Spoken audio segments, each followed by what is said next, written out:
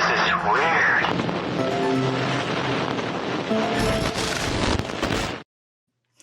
From the land of conjurers flying through the internet to your device like a UAP, hauntingly unexplained and downright weird. This is the Witching Hours, and we are ready to take off in the flash of an eye. Good evening to one and all, wherever and whenever you are listening to this program. I am Frosty, and joining me, as always, is the medium Jennie Lee. How are you doing, Jenny? I'm here. Yeah, it's been a few busy days. And it's going to be a very busy week, and I'm just bracing myself and trying to be positive, smile. Yeah. Chin up. Be okay. Yeah.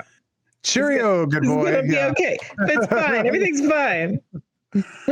Yeah, everything's gonna be okay. Because then we just go right into the holiday season, which is always relaxing. The holidays are always relaxing and hanging out, and there's not a whole lot to do. No. So there we go. I think Thanksgiving week will be relaxing enough, and I will be grateful. Yeah, a little bit of a respite. So yeah, it's been busy here for us. Hope everyone else is doing absolutely fantastic. We're excited to have you in here again on another Monday evening for the Witching Hours. We're excited to have you here. Welcome in, every one of you. Thank you so much for joining us. We always appreciate you hanging out with us here on our show.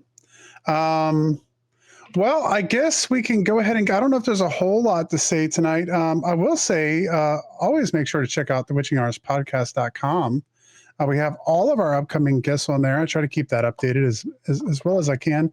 We will have information coming about Team Weird Takeover 2026 here soon enough as we begin to, kind of finish up the details for that. So we'll have information coming soon. And you can also check out our merch store and all that stuff. Anything you want to find about the Witching Hours, you can find at the witchinghourspodcast.com. You ready to get into some weird news, Jenny? Yep.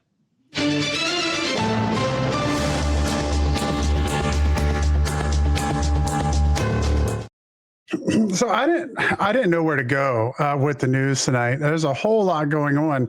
As we've done this show, the news has gotten weirder. So it has been hard to find weird news. Sometimes it's difficult to find if the news is almost too weird. Narrow it down. Yeah. So the first thing I put in today, just because I've mentioned it before on the show, and it's obviously a topic for, I don't know if we really consider ourselves a conspiratorial podcast, but it's definitely part of we would definitely rub up against that genre to a certain extent. And so today's lead story is Congress faces pressure to release the Epstein files, which has been a long-running debate. It's become obviously very political at this point, which we're not too concerned about. But what we are concerned about is that there's going to be a vote held in Congress and the House to decide whether or not to release the files. The House is the House is preparing to vote on a measure that would require the DOJ or Department of Justice to publicly release the files, including emails, correspondence, and investigative materials. The move picked up additional attention after President Trump, who previously dismissed the effort as a hoax, has shifted his stance and urged House Republicans to vote in favor of making the documents public. So essentially, there was a little bit of a revolt from the Republicans over the last couple of days, and so President Trump has now kind of found himself having to go with the flow on having that released. Democrats on the House Oversight Committee recently released select portions of Epstein's email correspondence, highlighting odd and often cryptic messages, including references to public figures and vague descriptions of meetings. Republicans responded quickly, accusing Democrats of selectively releasing material and attempting to steer public perception. If the House measure passes and the Senate follows suit, the DOJ could be forced to release a much larger, unfiltered set of documents, potentially revealing new information about Epstein's personal network, business contacts, and activities in the years leading up to his arrest. So we were just talking about fun words for difficult situations before we started the stream. I said the word fiasco, and then our guest Jenny said ordeal. CMC has also brought up the kerfluffle. That's a fun one. And Keisha is calling it a fluffle kerfluffle. Yeah. And that's probably all I should say about this story. What's the next one? Well, I don't know. When we talk about things on this show, you don't want me to talk about this one, so we have to acknowledge the fact that when we talk about shifts and we talk about change, I think all of this could be part of it, because we talk about the idea that stuff could be breaking down.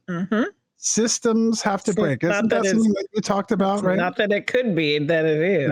Yeah, it is. And to a certain extent, we've talked about this recently. Like some of this stuff, like I definitely want anyone who's involved to have to pay the price for it. But it is also scary because it could be systems that crash. So we'll see what happens from this story. We'll keep in touch with it. Another interesting story here. Kim Kardashian is furious with the psychics who incorrectly predicted her future. Okay. After she flunked the California state bar exam, the reality star put her anger on display in a TikTok video. She's blaming that on some psychics, blasting the clairvoyants who you kind of have to study for it, Kim. That who would pass the bar. I'm just letting you guys know that all the expletive psychics that we have met with and are obsessed with are all expletive, full of expletive. Well, maybe she's got to take it again. You can take it again, right? Yeah, you can take it again. 45. Well, then if she passes it next time, maybe. Then is she still going to be mad at him? Said over the phone in a tirade she posted Monday to TikTok in a vlog to her mom, Christian, her star-studded 70th birthday party. They all collectively, maybe 4 of them, have told me I was going to pass the bar. So they're all pathological liars. Did they say it was on the first try? I don't know. I don't know that she's only on her first try, but Kim Kardashian having problems with psychics this week. I love how that gets, of all things, that's going to be the thing gets blamed. I didn't become a lawyer because of that damn psychic. I know. Yeah. 4 of them. Yeah. Somehow they get the blame and Kanye walks away scot-free, I guess. Right? I don't know. All right. Story number 3. Robot with artificial womb could give birth to humans by next year. Say that again. A Chinese tech company is building a humanoid robot that can get pregnant and give birth. Why? It has a synthetic uterus, fake amniotic fluid, and a plastic umbilical cord. Sounds like a terrible idea. Don't we have enough plastics? Microplastics. The goal is to grow a baby inside it from embryo to delivery. No human body required. Matrix much? Yeah. The robot called Gi Air is expected to hit the market within a year with a price tag of around $14,000. It's not meant to assist human pregnancy. It's meant to replace it. The story blew up on Chinese social media, with some calling the tech cruel or unnatural and others calling it progress. I mean,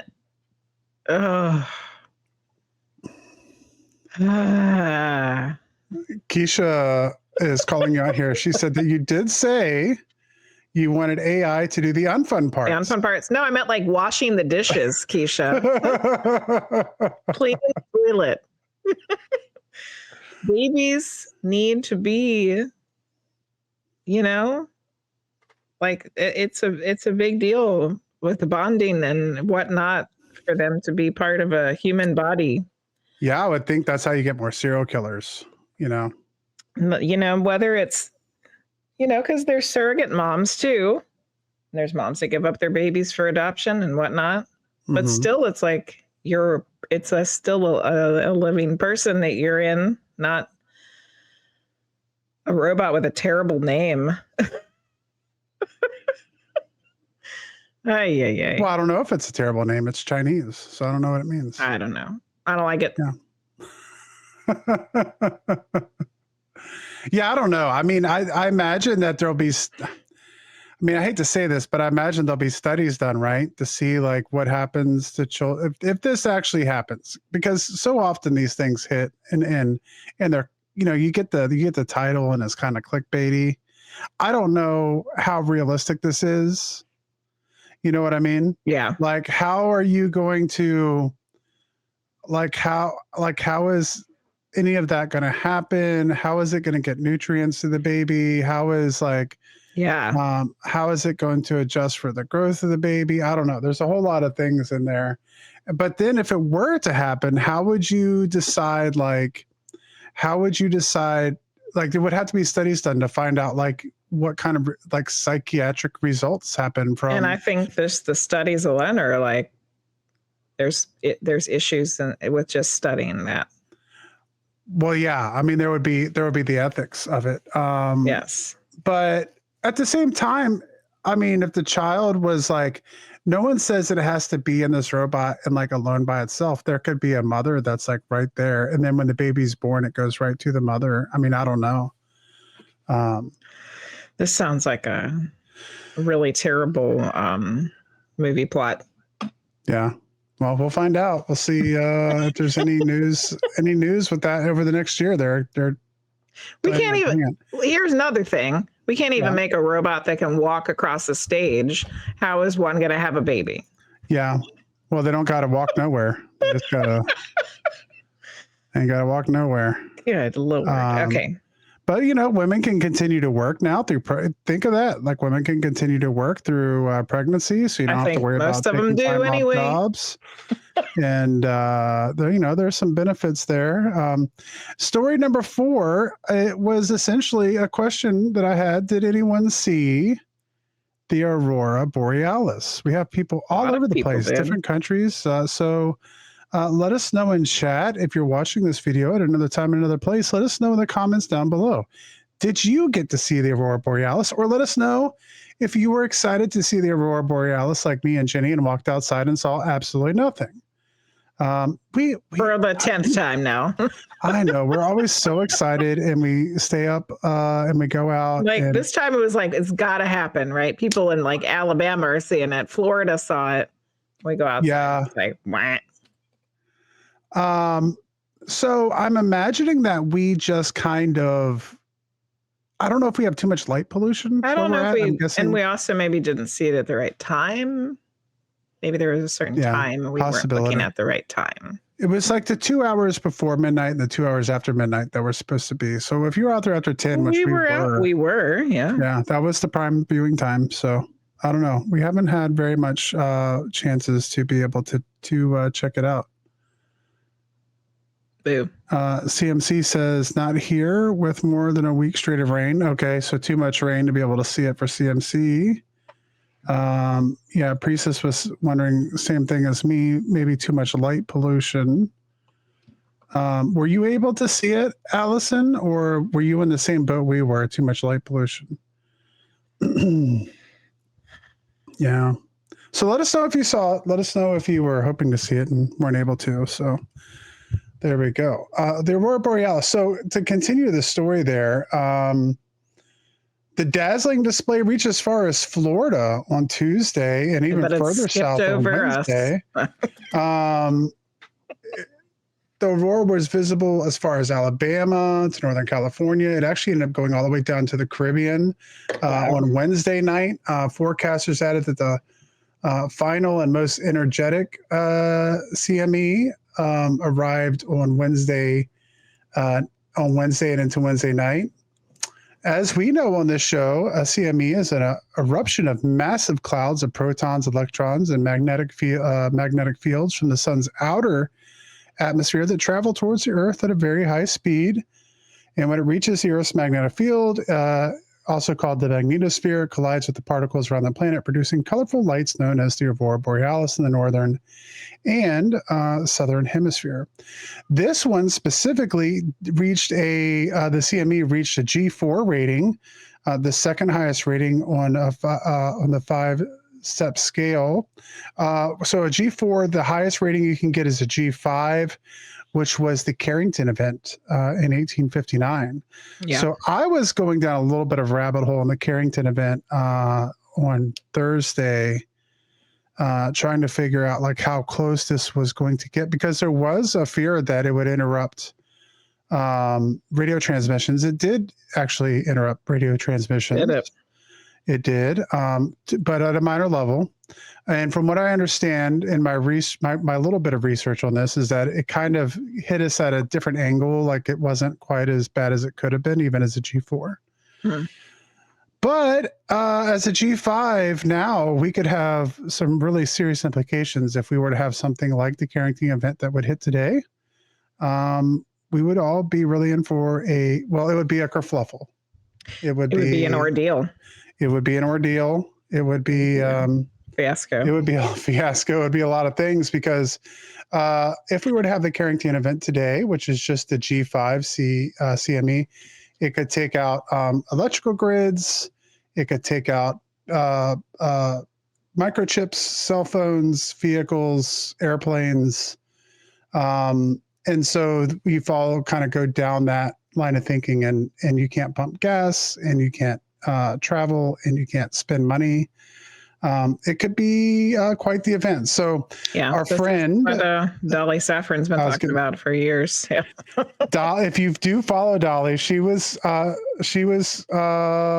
quite adamant this week, worried about these things that are going on because, it's one of the things that she's been the most concerned about. So it's something to keep an eye on as our son's still in this very active state.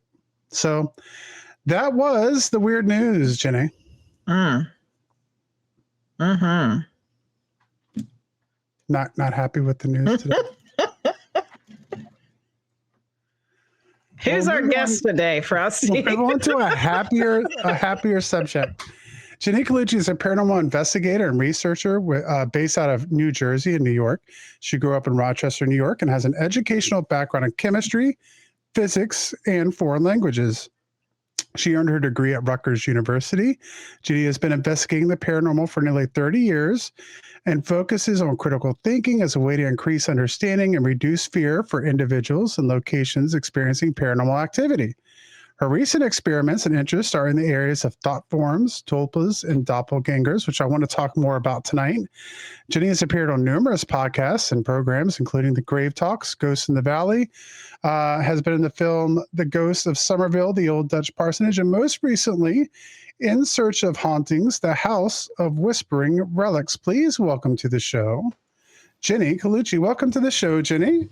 Hi, guys. So good to be back. Thank you for having me back. Welcome back, but on your own this time so that we can actually let you talk since Anthony does all the talking. He sure does. And we can talk about him. Yeah. He loves having Anthony on. Yeah. Yeah, he's great to talk to. Great. I know. We're going to have to talk to him again soon because going over his sketches and stuff last time was absolutely amazing. And there's so much more I would love to see. So he is unbelievably talented. And watch for a book coming from Anthony. I'm pushing that. Oh, good. Yeah, that would be great. Yes. Yeah. Excellent. With his stories. His stories are as good as the pictures. Trust me. Yeah. Yeah. And he's got so many, it probably could be volumes of books, I imagine. It is quite the stack. Yeah. You're absolutely right. He's been doing it forever. But anyway, about you, last time we were on, we were talking about some really fun, exciting things. Yeah. And we wanted to talk more about them with you. Frosty, did you have a specific topic that you wanted to jump back into? Because you know me, I have a list. Well, I'll just let you go because there's lots of things I want to talk about as we go along, but I'll let you get started. That's okay because I bring a list too. I have to have a little notebook, my notebook with my notes and my list. So last time you were on, go ahead. Well, I did want to bring up one thing real quick, and that was that we did talk last time a little bit, just for people who didn't catch the first episode when you guys were on, is you did talk about how you kind of started off as a skeptic. You started off like your paranormal investigations is kind of being on the side of like, we have to be able to prove these things. So I just wanted to give an idea maybe if where do you consider yourself on the balance now? Do you still consider yourself a skeptic, or do you consider yourself on the side of the believers? I sure was a skeptic. I was obnoxious. I'm embarrassed now to think about how obnoxious I was. I was one of those, like, even as like young child, I think I was telling you, I would be like, there's no monster under your bed, go back to sleep, like really obnoxious to my poor siblings who were scared. I would say I have developed into, I like the phrase critical thinker. Okay. Because it encompasses a little bit of healthy skepticism and thought, critical thought, but also openness. And I have definitely become more open. And that's because of the great people I hang out with. Not so much, I can't give myself credit. It's because of the people I hang out with. If you choose the right people in this field to be with, it's everything. It's everything, including Anthony, my podcast buddy. Yeah. When we were talking before we came on today, we were talking a little bit about, paranormal groups and who you choose to investigate with. And that is what you just said is so important, because you really do have to have a trust with the people you're investigating with. Like there has to be a level of relationship there to know that when someone brings evidence to you, you know that you can be in on that with them. Yes, exactly. Especially because I'm not a medium. I have no degree of sensitivity whatsoever. I could go to hell and be like, it's warm in here. Huh? Nothing. I walk into a room and they're like, doesn't it feel heavy? I'm like, no, no, it's not. So I rely very heavily on people with sensitivity and mediumship skills, because otherwise, where do I start? Mm-hmm. With my nerdy stuff, with my physics, where do I start? So I rely on people like Anthony who say, I'm feeling like we should go here. Mm-hmm. Which, speaking of, you said that you've had a change in paranormal investigation group since you were with us last. Yeah, yes, I did. I joined Anthony's group, which has been around since like 1900. Yeah. Well, I don't know. It's like 1990 or something like that. I don't even know. The 1900s. Yeah. He was investigating the dinosaurs, is what we said. He was. We like to make fun of him for that. But yeah, I joined the Seekers Club of the Paranormal because I finally said, you know what?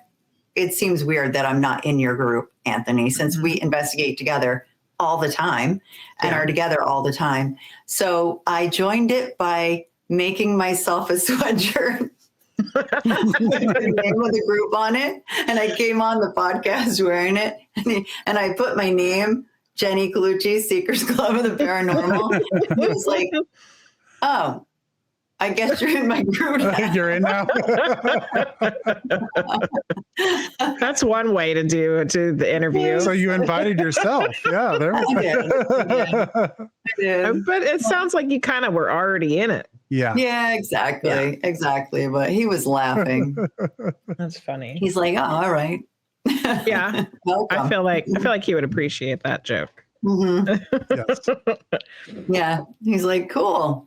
It's official now. That's what it was like. It was like official. I love your weird news. I know we're going backwards, but I love it so much. And on our podcast, we have a thing that we call the bingo card, right? Because stuff comes up during the podcast that's always just absolutely the weirdest, ever. Oh, yeah. And tonight's bingo card is definitely Kim Kardashian and the bar exam. Like, didn't have that on your bingo card. So that's my phrase of the podcast. I did not have that on the bingo card. I love it. Yeah, whenever I see an article about people getting mad at mediums, I always throw it in the weird news just to see how Jennie reacts. But yeah, you do pretty good with it. You don't get too angry typically. No, that one was just kind of a little ridiculous. Yeah, and they try to. Which, Jennie, did you get to see the Northern Lights? I did. Oh, you did? Yeah, they were beautiful. Yeah, not as much as some people, but I did. They were gorgeous. What kind of colors did you see? Purple, like pinkish purple, like a really bright pink. Oh, neat. Huge bright pink. Yeah, beautiful. we were so excited. We just knew because it was going so far south. It was like, we're definitely going to see this thing. And even our youngest child was like, if you see them, you have to wake me up, and I'm coming out there to see them. And then did nothing. Yeah. Oh, sorry. Yeah, it was so sad. That stinks. That stinks. I did see something though. So Frosty saw something last night when we were trying to get our cat in when it's freezing outside. Oh boy. So I do have a little of a personal story there. We were walking around, we're calling for the cat, and I look up. It was a beautiful, clear evening. It was cold and kind of crisp for us anyway, for down here in Virginia. Yeah, not New England. Yeah, probably not. You guys probably had some shorts on or something. Well, I had shorts. I needed a jacket, and I didn't have a jacket. And I was wearing shorts and whatever. But as I looked into the sky, I saw a very large ball move at a high rate of speed that left a tail behind it. And my first gut instinct is that it was a some kind of fireball. It definitely wasn't a shooting star because it would have been like a meteorite. Mm-hmm. The only thing that threw me for a little bit of for a loop a little bit is that it had a tail, but that it was blue. It was a bluish white color. And most fireballs I've seen have been like orange or red or something like that. Or like just like a white or golden color, yeah. But as I continued to watch that spot after it left, which you were standing right beside me, I think I saw a shooting star right after that also. Mm-hmm. So it might have been some kind of meteor showers. I know that it freaked him out because he was like, whoa, wait a minute. And I was like, there a Netflix movie about that? Yeah, exactly. Isn't there a recent Netflix movie about that? I did. What's going on? Jenny was with me. I didn't experience any missing time or anything like that. So I think we know of. I mean, it would have been. No, there's no. I love how we go right there, right? Well, in this show, we definitely do. So. No, exactly. I think we saw a fireball, but I've never seen one. I've never seen one that was blue. I looked it up though, and I guess if it was like magnesium or something like that, I was just going to say it depends on the gases. Yep. See, Jenny's the perfect person to have here because that's scientists. You looked it up. That's perfect. Yeah. I look everything up. Yeah, that's the way, that's what I was talking about before. Like I love, like I can be the believer and I can be the skeptic. I'm a Gemini, so I like playing devil's advocate. Oh. So I'm usually trying to see if I can go the other way no matter what. So yeah. Which Jenny loves. She absolutely loves it. Yeah. Yeah. It's a lot of arguments. Sarcasm there. Okay. Causes a lot of arguments. All right. Yeah, those are good. Those are good. Yeah. I like it. Well, what if? Yeah, that's my job. Okay, so speaking of science things, any techniques? Do you have any techniques that you use during investigations for either debunking or for trying to figure out if it's for real that maybe aren't typical or like the normal things that people do? I think this is something I was actually talking about today to somebody. Oh, good. I was actually talking about this today. It's not so much what I do as what I don't do. Okay. I am just not the EMF girl. I am not the EMPod girl. I am not the K2 girl.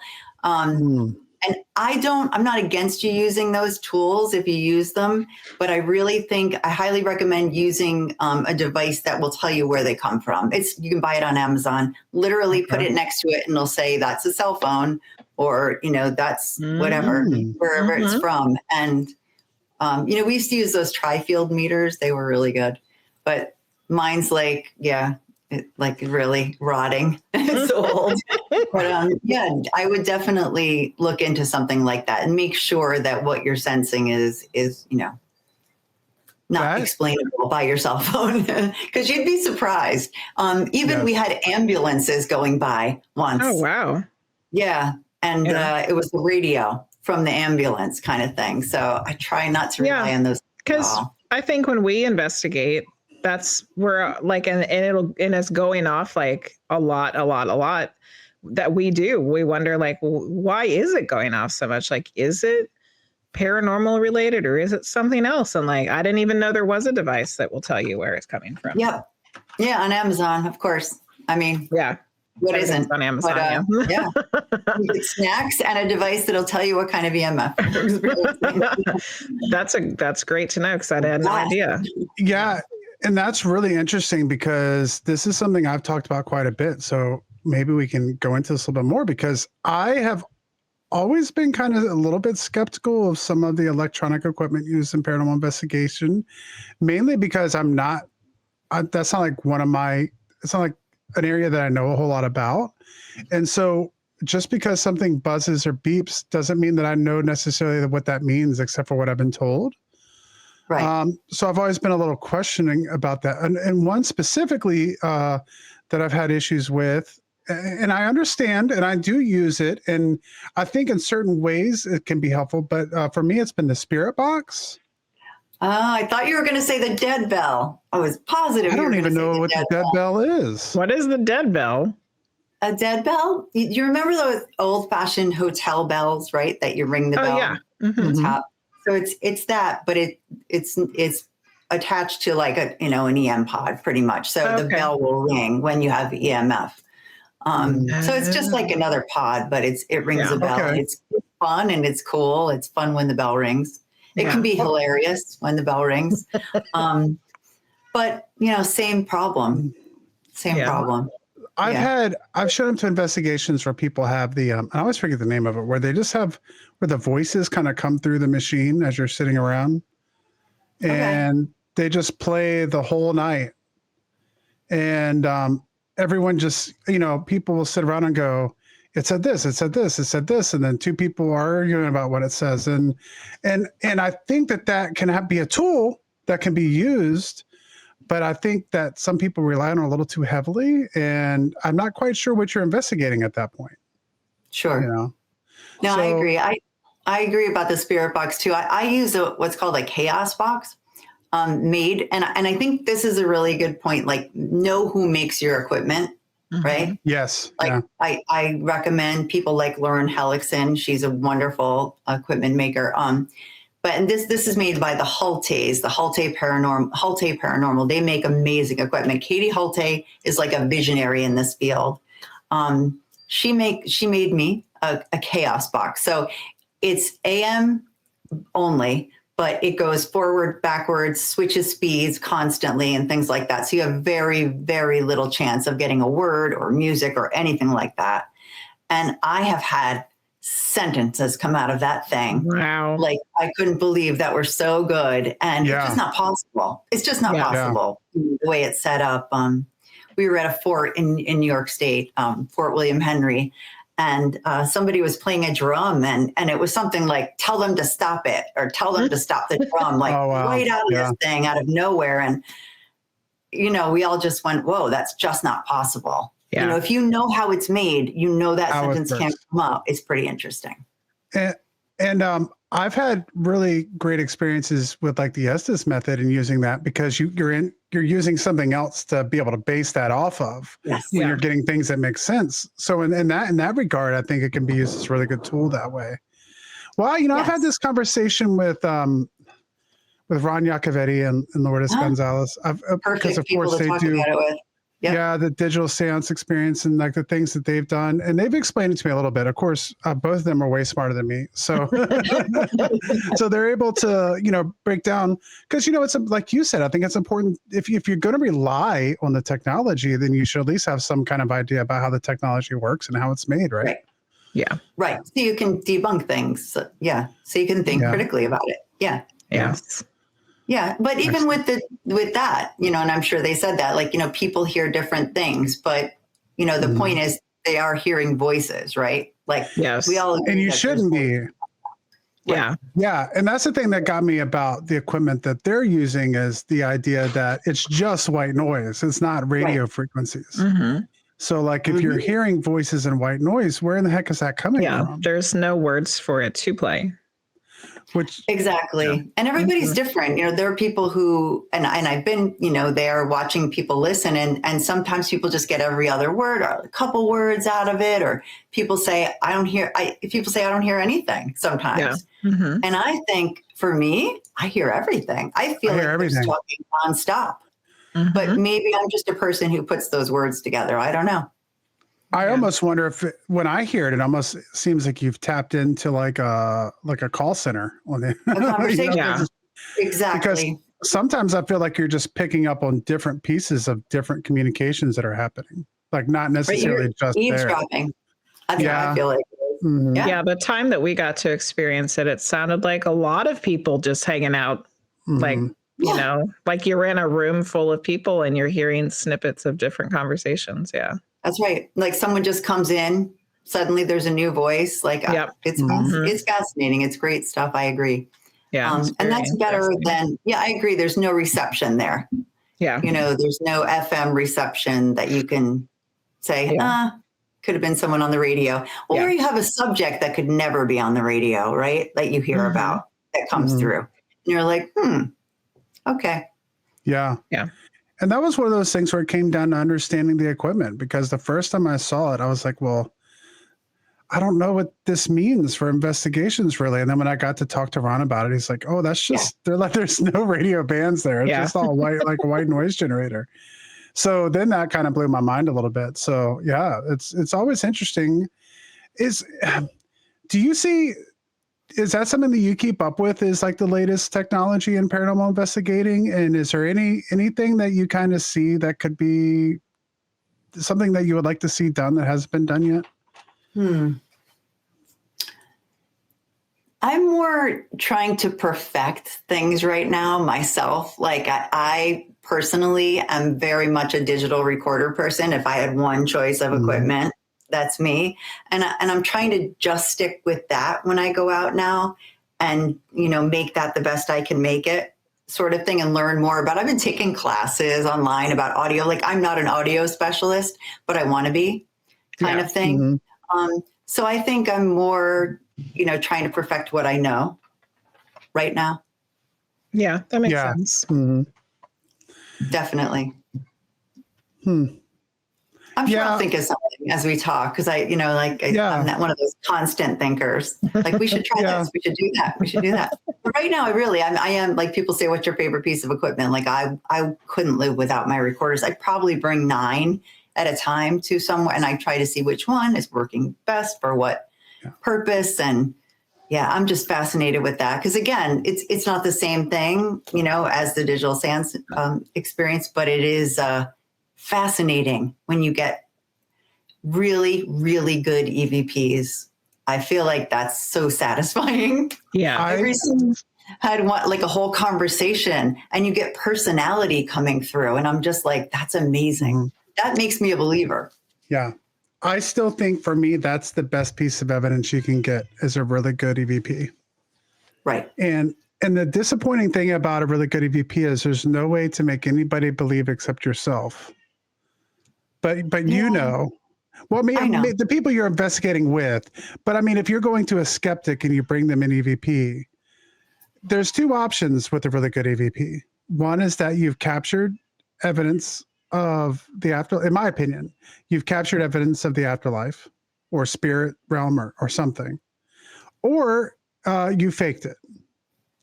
And there's no way to necessarily know unless you know and you trust the people, or you took it yourself. So like when I get a really good EVP, I'm like, holy smokes.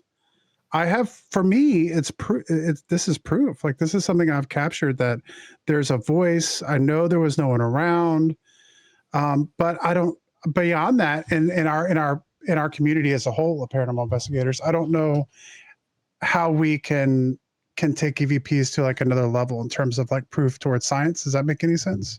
No, I agree. I completely agree. And I do think it's the Holy Grail, really. It is. Like, some of the conversations that I've gotten with Anthony recently. We were at a house, and we asked, "What's your name?" And the man said, "Benjamin Tubbs." We were at the Tubbs house. Okay. We heard Ben Tubbs, but he was funny. We said, like, "Are you still here?" And he said, no, and I'm dead. No, and I'm dead. Like, oh, like, just why are you bothering me? I'm dead. And we laughed, kind of thing. And then we said, what time do you go to work? And he said, never time. Like, what a funny old grandfather did we get here? Kind of someone's funny grandpa. Enjoyment, retirement. Yeah. Yeah. And we said, what's your favorite animal? This was one EVP session. All these answers, so clear. What's your favorite animal? Rabbits and pandas. Okay. But hilarious guy, just so funny. No, and I'm dead. We were like, okay. I know, right? I'm sorry for you. It was just funny. It's so interesting because I still think that's for my money, that's still the most exciting evidence I think I can get is, or someone that we're investigating with is a good EVP, which is really interesting too, talking about the science of that, because I remember listening to, of course, Coast to Coast AM, like in the early 2000s when everything was kind of moving to digital. And I remember the argument of people talking about digital recorders. And there was a group of paranormal investigators on Coast to Coast talking to Art Bell, and they were worried about digital recorders. And Art was like, you should try digital. And they're like, we don't want to use digital because it's the analog tape that captures the EVPs. And if you remove the tape out of the process, we don't think you'll be able to capture anything. Well, sure enough, like a year or two later, that same group came on and he said, have you tried digital? And they said, yeah, we have. And actually, we've captured more stuff on digital than we did on analog. And so that was interesting as well to see, how it kind of transcended that technology. I recommend to everybody, bring a tape recorder, I do own 2 Panasonic DR60s, which, I find don't filter out as much, which I like. I find that sometimes our really modern equipment just filters out too much stuff. Oh, okay. And I don't. So you would recommend still using analog, like using tape? I do. Nice. I've never used one, so maybe that's something worth checking out. Yeah, I've gotten some beautiful EVPs with digital, but I feel like it filters out a lot. Okay. I think we have an analog recorder. We probably do.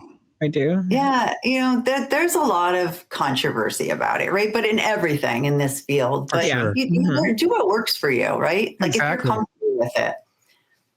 Plus, how cool is that? Well, I'm sure you've done this. Have you ever captured an EVP on a analog recorder and also had someone capture it digitally at the same time?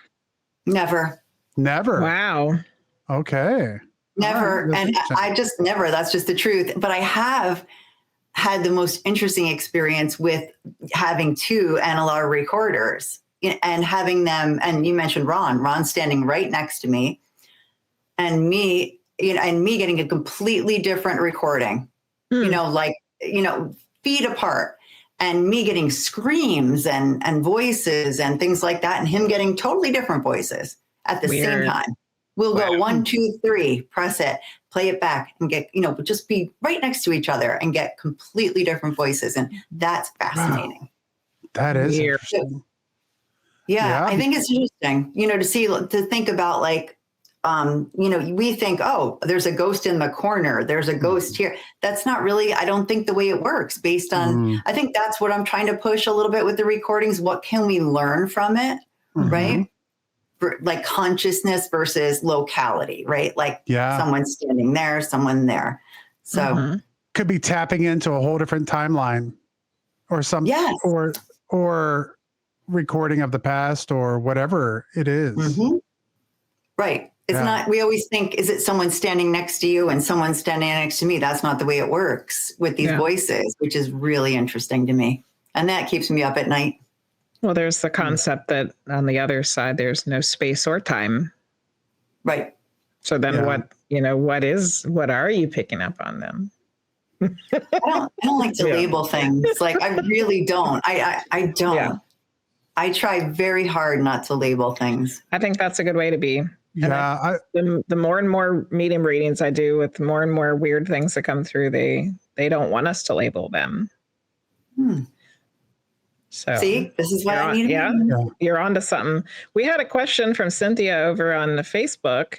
Have you tried reel to reel? It seems to catch more. I have not tried reel to reel, but I have tried like a cassette. Okay. Yeah, I have used a cassette, which is not quite this. It's similar. Yeah. Similar. Yeah. I mean, it's a small reel to reel in a way, but that's a good idea, Cynthia. Maybe I will. And then she Yeah, had come in late and was asking what equipment you use. So you use a lot of different recorders. And then you were talking about the Chaos box. Yes. Is there anything else that you like to use? Not really. I really focus on the recordings. Yeah. No, that's pretty much it. Me and, I have people who work with me who just come in with themselves, like you, you, Jenny, right? Yeah. Who's like, okay, I'm here to investigate. Where's your equipment? I don't have any kind of. I am the equipment. Yeah. Exactly. And I think more and more, the longer you do this, the more you realize just sitting down and listening is the best thing you can do. Yeah. Absolutely. Yeah. Yeah. Really. No. That was really interesting what you said earlier too about getting two different voices right beside each other, because I think it really brings up the idea too that like, while we have lots of investigations that go on and the paranormal community just continues to grow and we get more and more evidence, we really don't have any clue about what we're investigating. Not at all. Like the more evidence you find, the more questions you have. Yeah. And so like, it's really hard to come to any kind of conclusion about anything because we just tend to get everything in these little drips. And it's hard. It's so hard to get repeatable, for like experimentation. It's hard to repeat your results. So while we do get evidence, it's hard to understand what it actually means. It's true. So. It's true. And everybody has, people have good theories. Like I saw my first really, really good shadow figure after all these years, been doing this forever, at Sweet Home Estates in New York State. I mean, that full on, like leaning into the room that we see on TV shadow figure. Like full on. And until you see one, it's one of those things, like until you see it yourself. Right. And then after that, I told people, and everyone had a different theory of what a shadow figure was, right? Like, a lot of energy, no energy. Like, everybody had a different theory. Yeah, I really don't. I don't understand what a shadow person is. I don't have a theory for it. I just don't know. Yeah, I don't. Do you run across? So I should know the answer to this, but do you run across them at all in what you do? And readings? Yeah. Me? No. Yeah. I mean, we had an experience with one in our house we lived in. That's how but I don't even know about them. But yeah. But so you don't pick up on them like consciously. No. Yeah. I don't think I'd ever talked to you about that before. Yeah. So you don't think they're like a different species? I don't know what they are, Jenny. I really haven't, and I haven't tried to tap into it either to like see. I haven't like asked spirit, well, what the hell is a shadow person? You're like, I don't know. Maybe that would be a good experiment for us to do one night. See what kind of answers we get. I would be interested in that for sure. Yeah. And the lore for them go back so far. Like I remember, That's right. Going all the way back to like Native Americans talking about shadows people. And so they definitely are something that's been in human consciousness for a while. It's not something that's been more, modern. And then it's also interesting because you get these different groups of shadow people, because I was watching something or listening to something that, the other day talking about the Hat Man. And they're like, the Hat Man isn't the same thing as a shadow person, but I don't know that he's definitely not. Because he's still a shadow person. So I don't know. He's a shadow person with a shadow hat. Or they have red eyes or they don't have red eyes. Yeah. And is there a difference between those? Are they different things? Or I don't know. I really don't. Right. I mean, like you have the black-eyed children, you have you have all these different types. But one of the things that thinking about what your question, one of the things that I've been very into recently and working with a partner, Richard Moschella, gifted medium, psychic, and investigator, we've been doing a lot of outdoor investigations in outdoor spaces, abandoned mines, historical places, but really focusing on the outdoors. like not going into buildings, but being in the middle of nowhere. So you might be interested in this. Speaking of EVPs, you might be surprised how many EVPs we get in the middle of the woods. People think, okay, that's not going to happen. There's not going to be any voices out there. Unbelievable voices that we get out there, and so intelligent. You know, we asked about, is it a sacred? What's the sacred place in this area? And we would get, it's the river. You know, back, like amazing answers. And so that's really something we're very, very focused on and going to be doing a lot more of.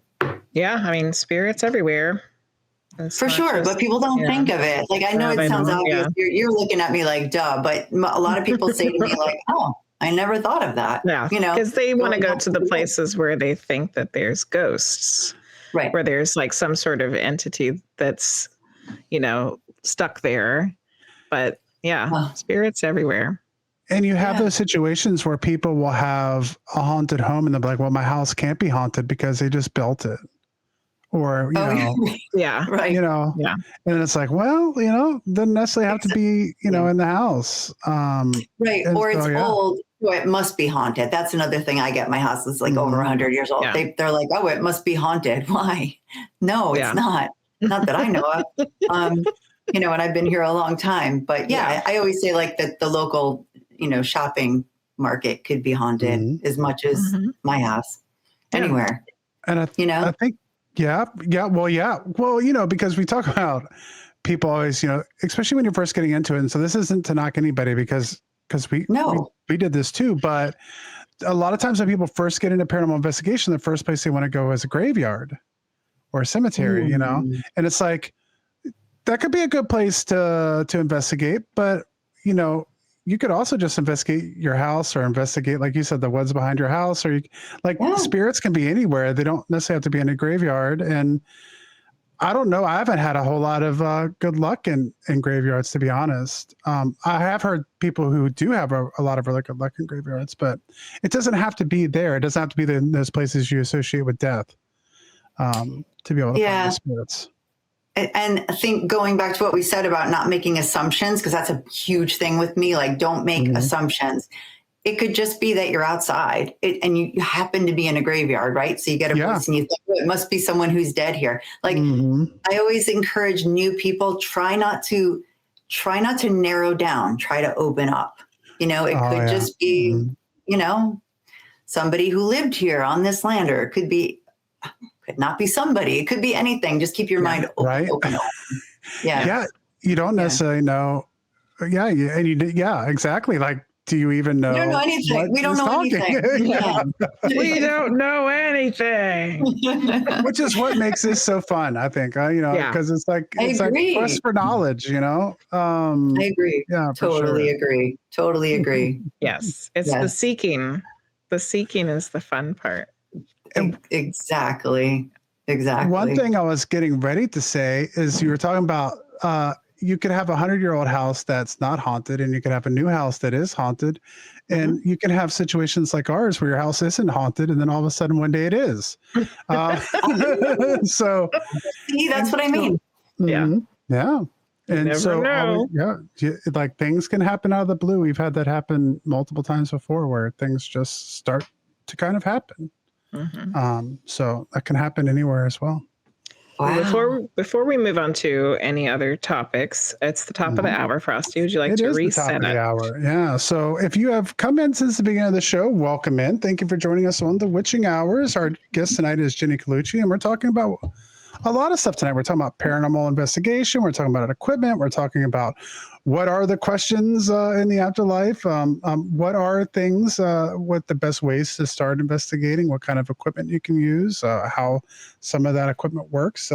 So if you're interested in paranormal investigation, tonight is a great night for you. We welcome you all in. We're going to go till about 9:30 tonight. So if you have any questions, feel free to put those in chat, whether you're joining us over on Facebook, if you're in here in Twitch with us, if you're checking us out on the Spirit Realm Network, you can put your questions in the chat and we will get those to Jennie tonight. And if you're catching us at another time and another place on the podcast later, not live, feel free to go down and put a comment down below, because I always go back and check and talk to people who want to talk about the episode at a later date. So feel free to do that there. You can find Jennie Collucci at all the links that we have. If you're in Twitch, we have those posted up on the on the top of the chat there. And for all the links for Jennie, we'll have those listed down below in the description in the video you were watching. If you are watching the show or hanging out with us now, then you already know Medium Jennie Lee. But did you know you can book a private session, explore her spiritual services, or check out her latest content all in one place?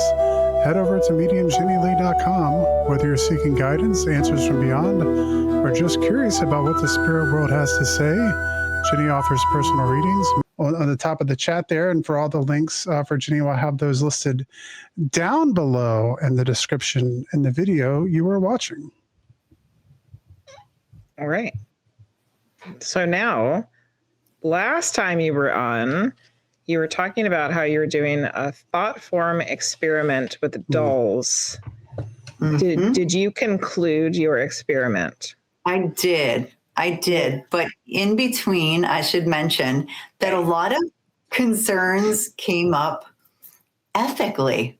Really? I mean, we don't think about the ethics of these things, right? We just think, okay, let's see if we can make a ghost, right? Yeah. And I'm like, Then I did a little bit of a pause and I talked to some ethicists. That's a fun word. Because I said, you know what? Should I stop? Like, maybe this isn't so ethical to try to create a haunting. You know, how do you feel about that? And I asked a lot of people that I really trusted. Because think about it, we really can't control this. Like, we can't control the paranormal, right? Yeah. Like, we have to be very careful. So I took a little bit of a break for a while, and I really consulted a lot of people. But then, you know, if you know me, and I went right back to it. So will you explain for those who didn't hear last time, they or weren't here, what was the experiment that you were trying? And then maybe go into a little bit more about why ethically you were questioning it. Sure. So there's a location near me called White Hill Mansion. Many people who watch this, I'm sure, have heard of it. It's been on TV a bazillion times. It's an amazing pre-revolutionary war building in New Jersey. And they found that they brought some dolls in, haunted, you know, everybody brings haunted dolls in. There are a lot of locations that we do that have haunted dolls, quote, haunted dolls. Mm-hmm. And they found that people were starting to, these dolls were not haunted. They were just dolls. But they were, you know, people said, oh, haunted dolls. Those dolls are haunted. They're haunted. Mm-hmm. And they started to have activity around those dolls. Their equipment would go off. They would get EVPs around the dolls concerning the dolls and nowhere else in that room. But, you know, take the dolls out, they wouldn't get it. Put the dolls in, they would get it. Right. And I thought, okay. So I'm very, very interested in thought forms, in tulpas, which are mentally created beings. Even imaginary friends are tulpas, really. Okay. When you're a kid, if you create that with your mind, it's a tulpa. So what is the difference? What's the difference between a thought form and a tulpa? Not much, really. Not much. A thought form we really associate more with hauntings type thing, whereas tulpas can be, like I said, it can be an imaginary friend. It can be used in, it's really a Buddhist term, a Tibetan term. Okay. And I wasn't familiar with that as much. So. It got borrowed by the paranormal recently, tulpas. But thought form is really, you know, creating that haunting with your mind or with just stories. You know, you can just say there's a ghost named George here. There's a ghost named George here over and over. And suddenly there's a ghost named George here. Mm-hmm. Now, George didn't exist. He was never a person. He was never an animal. He was never anything. He was literally created out of the stories. That's a thought form. And I'm fascinated with that because how much of the hauntings how many of the hauntings we investigate are actually thought forms? That blew my mind. I took time to think about that. I thought, wow, all these places I thought may have a haunting. Maybe we just made it. Yeah. You know, we said George Washington slept here. Okay. Over and over. Yeah.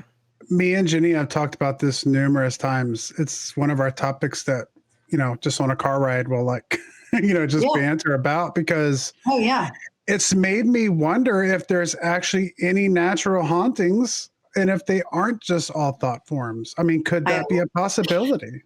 I've literally said those words out loud. Yes. Yes. I really had a moment. I had to think about that a lot. I don't think so. I don't think they're all thought forms. Yeah. Which makes me feel good, but how do you distinguish, really? So I thought, you know what? Let's see if I can do it. So I purchased a doll from someone who had that doll forever, and no issues, no problems, no story whatsoever to that doll. Where'd you get it? I don't know. Found it somewhere. Okay, great. Got the doll, made up a whole story about this doll, told everybody I knew this doll, it was Swedish, kind of thing. This is a Swedish doll that came from here, made up a whole entire story about it, told everybody I knew about that story, and took it everywhere I went, told everybody the story. And sure enough, and for almost a year, I did experiments with that doll. I used the EMF detectors. I did EVPs, things like that. Nothing. All of a sudden, I'm getting voices around that doll. And I made sure to do it, in a Faraday type situation where we're not getting any interference with other things, right? And in a place where there had never been EVPs and never were. And then I removed the dolls and did the whole thing, to compare kind of thing. But sure enough, that doll started to show elements of a haunting. Wow. Mm-hmm. Yeah. Wow. And then I sold it on eBay. No, I didn't. Now you can just make haunted dolls like a factory. Sell haunted dolls. No, but you could. Yeah. And it could be like Cabbage Patch, I believe it. So, card. The concerns ethically about that. I mean, I understand it, but for other people who might not be thinking about it. Yeah. I mean, because how far does it go, right? Like, what if, people think those things, haunted dolls, bring bad energy, or, how do I control that haunting, really, kind of thing? Does it become big and bother my whole family, kind of thing? Like, how do I contain it? Does it start to rap at night on the walls, kind of thing? Like, that's a problem, Does it become a tulpa and have its own thoughts? Yeah, all does it start to walk the halls? Exactly. Yeah. Like, you start to really worry about that. Yeah. Does it become sentient? Yeah. That's, wow. Yeah. And I was a little bit, I don't get scared, but I was concerned. But I worked with someone who's a shaman, healer, someone who can cleanse things and things like that. And I trust him. You mentioned trust. I trust him completely. Yeah. And he really helped me out. And he was like, I got you on this doll. So I didn't go too far either. Yeah. But you saw it happen though. It happened. Yeah. No control. Yeah. I'm going to write it up. So I'm sort of holding back a little bit because hopefully you don't have write to it down. Everything. But sure enough, it did show elements of a haunting that we would consider. So, yeah. It is absolutely. No, because I know from spirit that thoughts are things. And if we understood that to the extent, then our world really would be like the Matrix, because we could just do whatever we wanted if we believed in our thoughts, if we realized that they were things. But we don't, and it's too hard. Manifesting that, it's too hard. We can't manifest. Yeah, you can't. Essentially, in that way, you're manifesting like a thought form is just manifesting something. Yeah, thoughts are things. Right. So you can manifest that job opportunity. You can manifest whatever that is, but you can also manifest a haunted doll. Yeah. I think I manifested activity around the doll, but I can't say that doll is, possessed or haunted by something, right? Yeah. But it was still something, like something happened. Something happened in a result because of all the thought and energy that you put into it. Right. And if you other people matter of telling it over and over and over again. Yeah. And I wonder too, because I think that was a crucial part of what you talked about, of telling other people and bringing the doll places, because I don't know necessarily that I almost feel like it's something that needs almost like a communal part to take place in, like multiple people kind of have to believe in this thing for it to happen.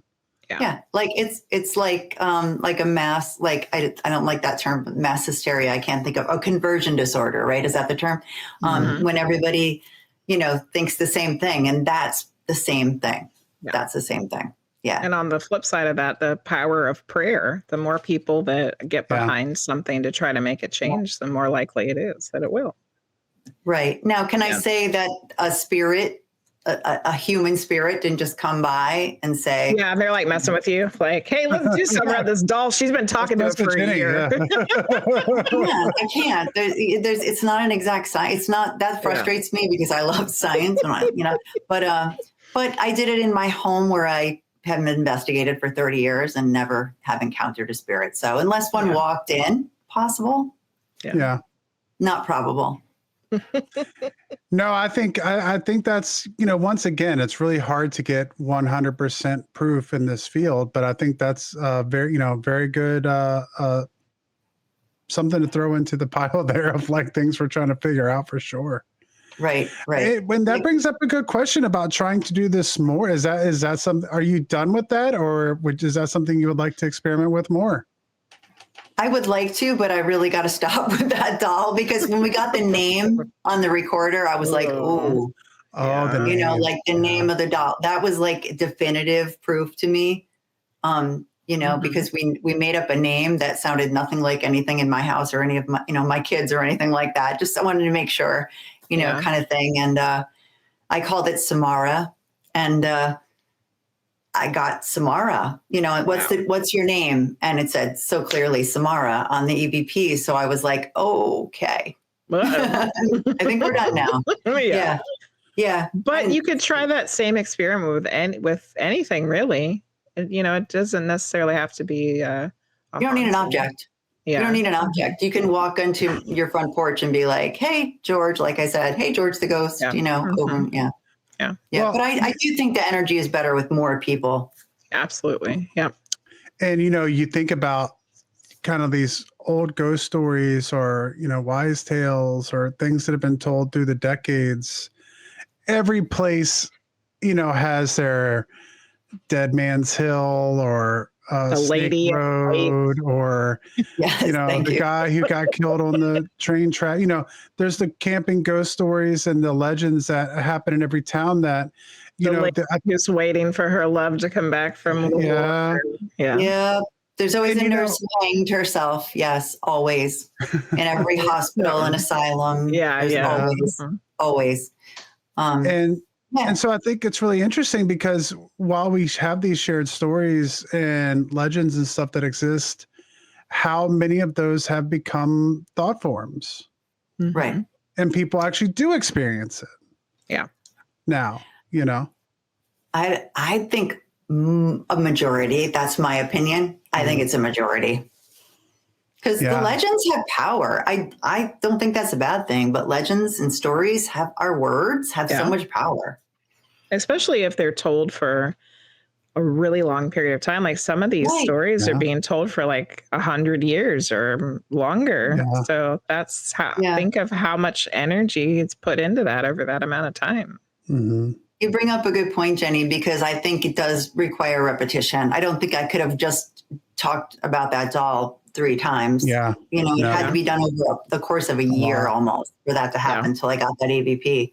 Mm-hmm. I don't know. And you can say, oh, there was a spirit that walked by and just said the doll's name because they heard you say it every freaking day. But who knows? Who knows? Yeah. Who knows? It's really interesting. It is. Go ahead. Go ahead, Jenny.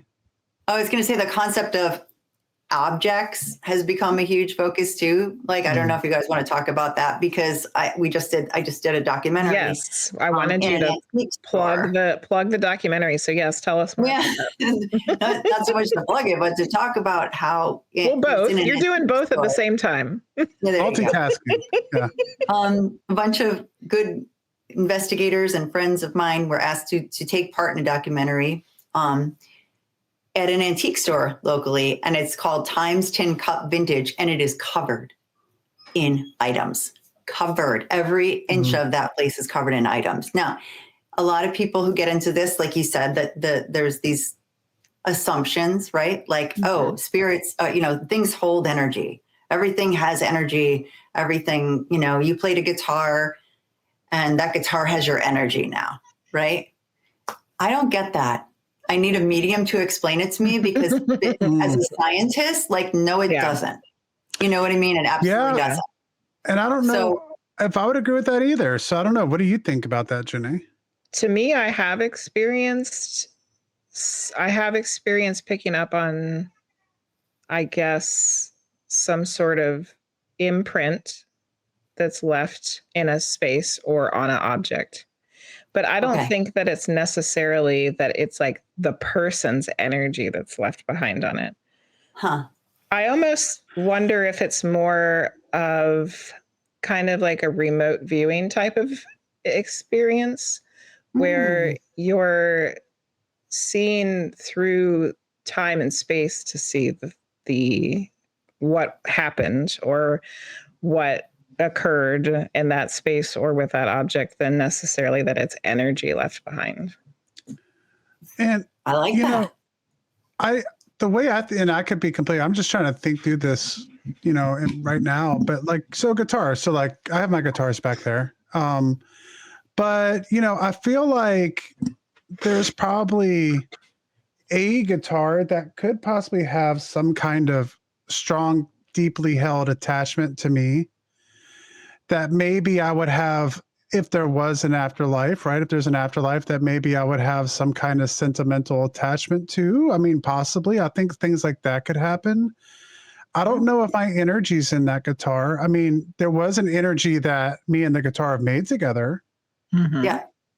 But I don't know that it holds any residual energy from me. I don't know. That's an interesting question, I guess. CMC's brought up an interesting thing that kind of takes it off on a whole different tangent.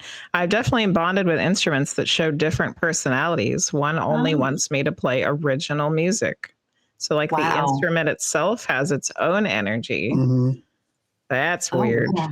Welcome to Team Weird, Jennie. I love weird. I love weird.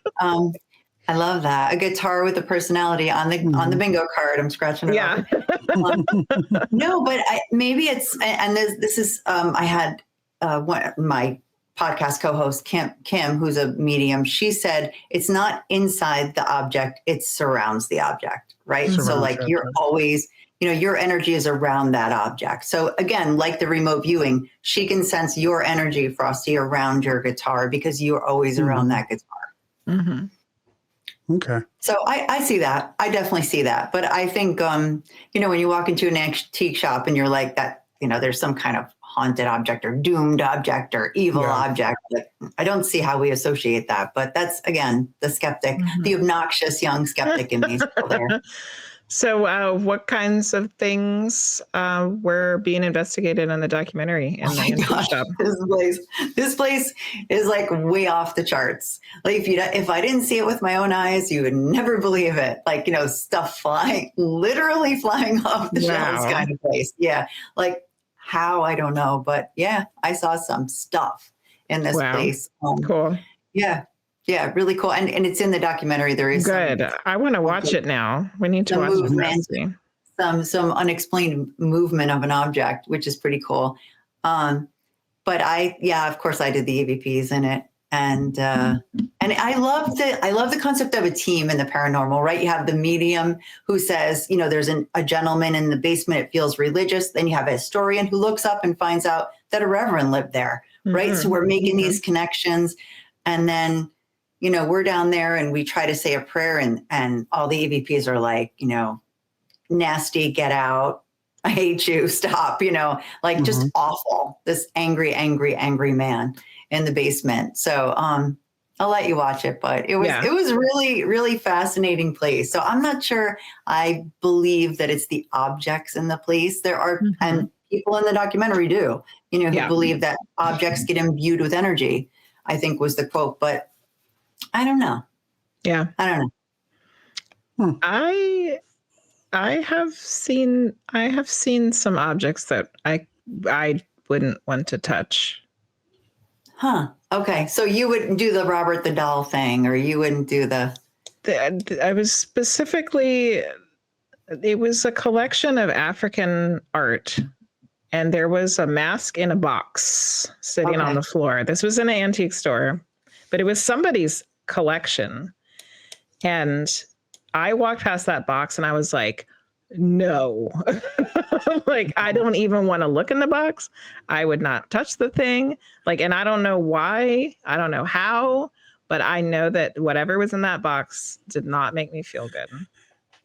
And I guess we should put in there that typically that would be something that would interest you in buying. Yes, because I love African masks, but not that one. Well, I do understand that, like a cursed object, and I do agree that something could be cursed because that's something we pass down. Right? Maybe that's what it was. I don't know. Yeah. Right. Yeah. Like, to me, that's not the object; it's us. We pass the curse down. We pass the curse around with the object. That makes sense. It's our energy, but maybe I'm wrong. Maybe objects can hold them somehow. I just can't. As somebody who thinks in physics, it's not physically possible. But I'm also not a medium, So if we're talking about like manifestation, I guess to a certain degree, like a cursed object is still the same thing as putting the idea and the belief into an object. Is different than, say, like someone like Annabelle or Robert the Doll, where you believe that it's actually like possessed by an entity rather than a thought or a curse or a spell or. That's totally different. Yeah. Exactly. Because that's possessed by an actual entity who lived, not necessarily like my doll that never had anyone living. Yeah. We had a question from Dark Wolf on Twitch. I'm reminded about the Japanese belief that objects gain a soul after so long. Do you think this subject might have contributed to that concept? I kind of love it. Like, I'm so divided. I'm not a Gemini, I'm a Cancer. That's why I'm so emotional and maternal. But I kind of love that. I think, but I still think it's the meaning we give it, right? Like your grandfather gives you a music box, right? Like, and you love it. And it takes on, I can see what people consider a soul, but I think that still comes from you, that soul. Yeah. Not from the object, but from you. And Plain Toast No Jam brings up an interesting thing too. I'm a firm believer that objects can be imbued with residual energy. Okay. It's no different than why or how a house would become haunted. So like it's just residual. Yeah. Maybe that can be explained, because I think the whole like stone tape theory, I completely disagree with in every way. Okay. Like, no. But again, it's just how I think. I think in terms of physics. So if I were a medium, maybe I wouldn't think that way. And that's essentially the theory, because I'm not completely familiar with that essentially, like, the things that just happen through everyday life essentially get recorded in the earth, essentially. Is that right? And that things like limestone are more, susceptible to that. How, Yeah. I feel like you can't go past that, right? Like, that's where it stops, right? Like, okay, the memory is recorded. How? Is it in the molecules? Like, I can't physically get past it. Yeah, you would have to come up with a scientific explanation for that. Like crystals. Like, I know that like you can put data in crystals, right? So like if you were to talk about that, maybe. Right. Like energy comes out of crystals, for sure. That's for sure. Yeah. But how do you, put love into a wall, right? Yeah. Yeah. So there may be our energy, our love that surrounds that wall, but it's when people say it's in the wall that's where it stops for me. Like, Yeah. Yeah. No, I know. I can get that. I can get that for sure. Because a lot of that is, well, that brings up a whole thing about residual energy itself then, because there does seem to be, and I guess you've experienced what you would consider an intelligent haunt as opposed to residual energy, right? Is that Not something you really, come no. across with? No. Okay. No, I would say Okay. no. No, not so much residual. No. Okay. I can't say that I, okay, well, that's that whole like repeating thing. Mm-hmm. I've heard stories about it. I've heard stories about every day at 3:00, they hear someone walk down the stairs and stop at that stair, kind of thing. But how? I mean, how is the stair holding that? Like I said, it comes down to a molecular level for me. I'm like, how? So because I don't have a ton, I don't have a ton of evidence. I'm trying to think of some things that I've encountered that I would think would be residual. And one was in Virginia, tons of Civil War battlefields. Jenny and I happened to be kind of taking a walk through the battlefield one day, and she was, doing some medium stuff as we were going through the battlefield. And she said, "I just heard a cannon go off." Mm-hmm. And sure enough, we got home and we listened to the EVPs we were recording. And a little bit after she says that, there is a cannon that you can hear on the tape.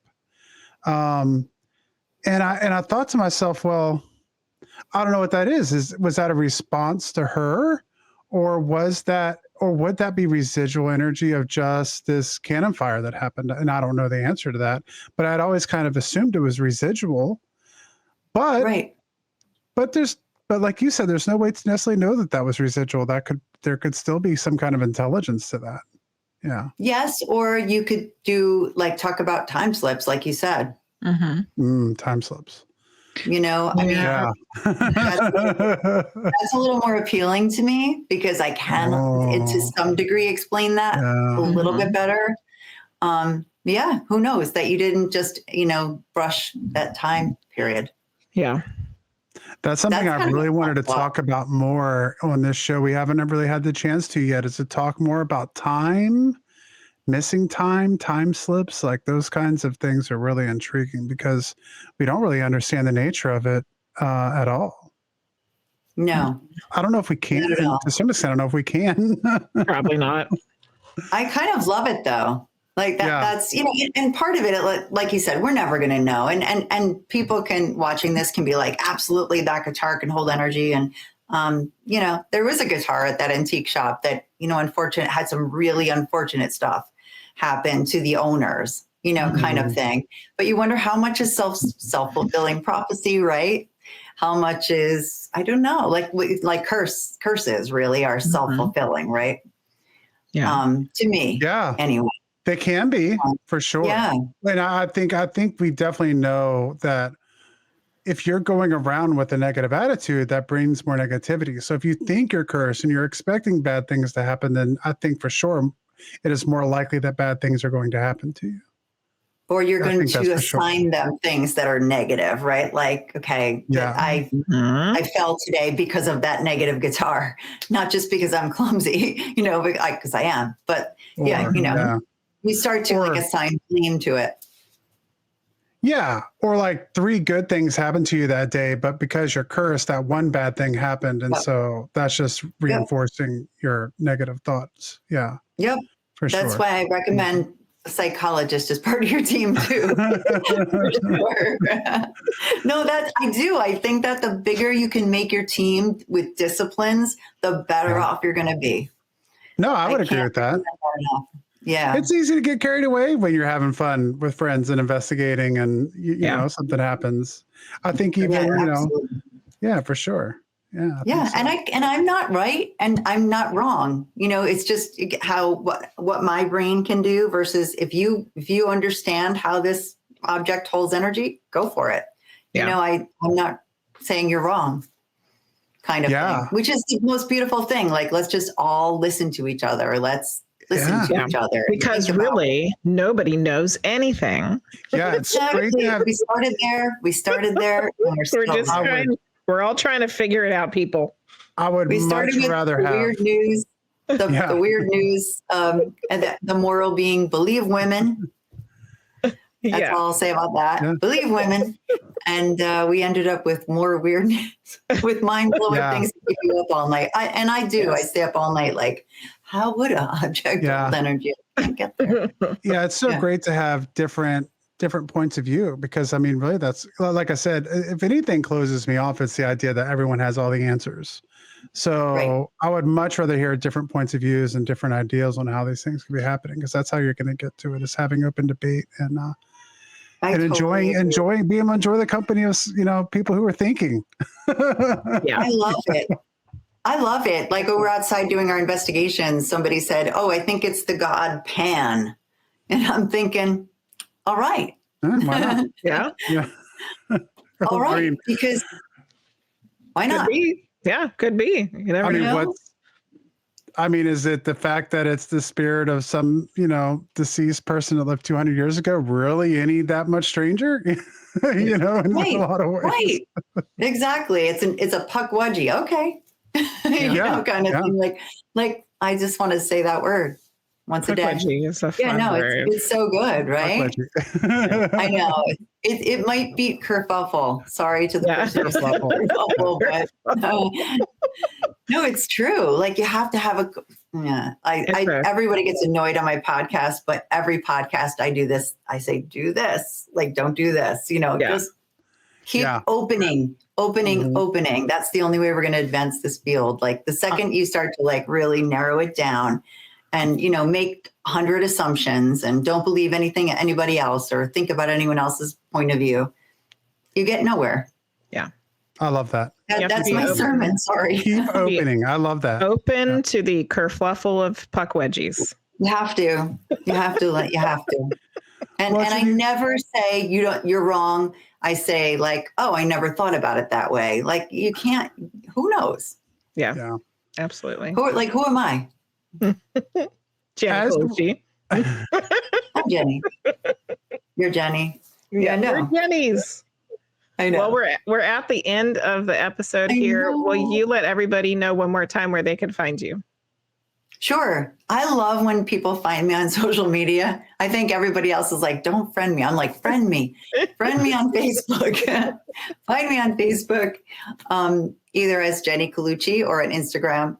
And I'm on TikTok under The Ghosts of Somerville, and that's spelled SOMERVILLE. It's kind of like Somerville, Massachusetts, Somerville, New Jersey. Yeah. But not like summer. The season. The Ghosts of Somerville is where I post my EVPs if you're interested. Oh, yes. Including that guy who is dead. And I'm dead. Yeah. You said that was on TikTok? That's on TikTok, correct. Okay, cool. And you can also find us on social media under the Seekers Chronicles, Paranormal Historians. And that's our podcast on Tuesday nights on YouTube, live every week. We passed our year anniversary. Ooh, congratulations. Thank you so much. We did it every week for a year, and we thought this thing is working out. Yeah, that's kind of what happened to us, and we just hit 4 years, so we just keep on going. Awesome. Oh my gosh, Anthony, for 4 years. I had to get there. I had to make fun of him. Yeah, we had to bring it back around.